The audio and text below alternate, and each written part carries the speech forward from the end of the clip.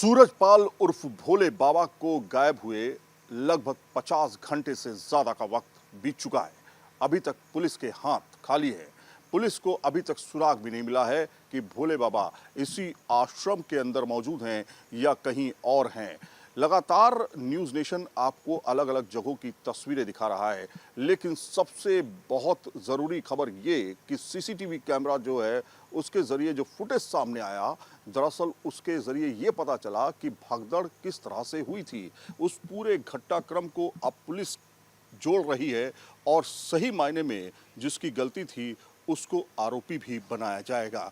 फिलहाल अभी जो आरोपी हैं 17 आरोपी हैं, उसमें से मुख्य आरोपी फरार है, उसके ऊपर इनाम भी घोषित है। लेकिन यहाँ पर सवाल खड़ा ये होता है कि बाबा आखिर कहाँ छुपा हुआ है।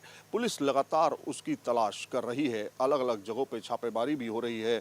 यहाँ पर जहाँ हम मौजूद हैं, दरअसल ये मैनपुरी का आश्रम है और यही वो मुख्य आश्रम है जहाँ बाबा सबसे ज़्यादा वक्त बिताता था। बताया ये भी जा रहा है कि जो सीसीटीवी कैमरे में जो फुटेज सामने आई है उसमें साफ तौर पे देखा जा रहा है कि किस तरह से कुछ लोग आगे की तरफ भागते हैं, बाबा के काफिले की तरफ भागते हैं और उसके बाद जो भगदड़ मचती है उससे तमाम महिलाएं और बच्चों को अपनी जान से हाथ धोना पड़ता है। यानी सीसीटीवी कैमरा अब सारे राज उगल रहा है, तमाम फुटेज भी अब सामने आने लगे हैं। यही वजह है कि बाबा अपने किसी भी आश्रम के सोशल मीडिया पर पूरी तरीके से बैन लगाए हुए था। किसी भी तरह की फुटेज जो थी बाबा की वो सामने नहीं आती थी। यही वजह है कि लगातार न्यूज़ नेशन आपको जो अलग अलग जगहों की तस्वीरें दिखा रहा है, इससे पहले वो तस्वीरें सामने नहीं आई जो आश्रम के अंदर की तस्वीरें थीं।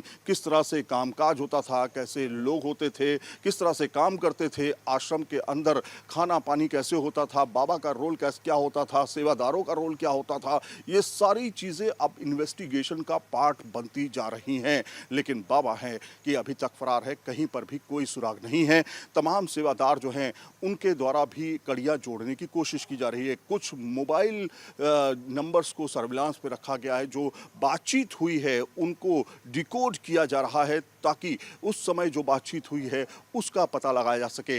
लेकिन सीसीटीवी अब राज खोल रहा है। सीसीटीवी के जरिए अब ये पता चल रहा है कि दरअसल उस घटना की वजह क्या थी, क्या भगदड़ हुई, क्यों भगदड़ हुई। बाबा के पैरों के धूल को पाने के लिए जिस तरह से तमाम लोग आतुर हुए, वो अचानक भीड़ आगे क्यों बढ़ी, क्यों लोग एक दूसरे के ऊपर चढ़े और उसकी वजह से मौत हुई। तो इसका जिम्मेदार कोई ना कोई है और इस बात की भी तफ्तीश की 80,000 लोगों को बुलाया गया, जबकि पहुंचे 2.5 लाख से ज़्यादा लोग। इसको प्रशासन को इसकी जानकारी समय पर क्यों नहीं दी गई, ये तमाम सवाल अब खड़े हो रहे हैं। फिलहाल तस्वीरों के ज़रिए हम आपको दिखाएं, यही वो गोल्डन गेट है जिस गेट के ज़रिए बाबा अंदर जाता रहा है। हमेशा यहाँ पर ज़्यादा से ज़्यादा वो समय बिताता रहा है। अब तक के जो आश्रम बने हैं उसमें ये सबसे बड़ा और बेहतर लग्जरी ऑप्शन आश्रम माना जाता है। आपको बताएं, अकूत संपत्ति जो है वो बाबा की सामने आई है, जिसमें 100 करोड़ से ज़्यादा की जो है आश्रम की कीमतें तय की गई हैं कि 100 करोड़ से ज़्यादा के आश्रम जो हैं वो बाबा के मौजूद हैं अलग अलग इलाकों में, चाहे वो मैनपुरी का आश्रम हो या फिर पटियाली का आश्रम हो। इसके अलावा कानपुर के अलावा नोएडा का आश्रम हो। ऐसे तमाम जगहों पर अब अकूत दौलत जो है बाबा की सामने आ रही है। गेट भी आप देखिए, गेट की ऊंचाई भी आप देखिए और यहाँ पर बाबा ने किसी भी तरह का कोई सीसीटीवी कैमरा जो है फिलहाल सुरक्षा के लिए नहीं लगाया। आप देखिए यहाँ पर कहीं पर भी आपको सीसीटीवी कैमरा जो है वो नज़र नहीं आएगा। यानी कि सोशल मीडिया से दूरी, किसी भी तरह के मोबाइल से दूरी, किसी तरह के मोबाइल के वीडियोग्राफी बनाने से दूरी और अब जो सीसीटीवी कैमरे सामने आ रहे हैं उससे ही अब पता चल पा रहा है कि दरअसल वो जिम्मेदारी किसकी है। क्योंकि जो भीड़ भाग रही है उसको कहीं ना कहीं जो सूत्र बता रहे हैं, एक मैसेज जाता है कि बाबा के चरणों की धूल ले लो, बाबा के चरणों की धूल ले लो। वीडियो जर्नलिस्ट संदीप सिंह के साथ सैयद आमिर हुसैन, न्यूज़ नेशन, मैनपुरी।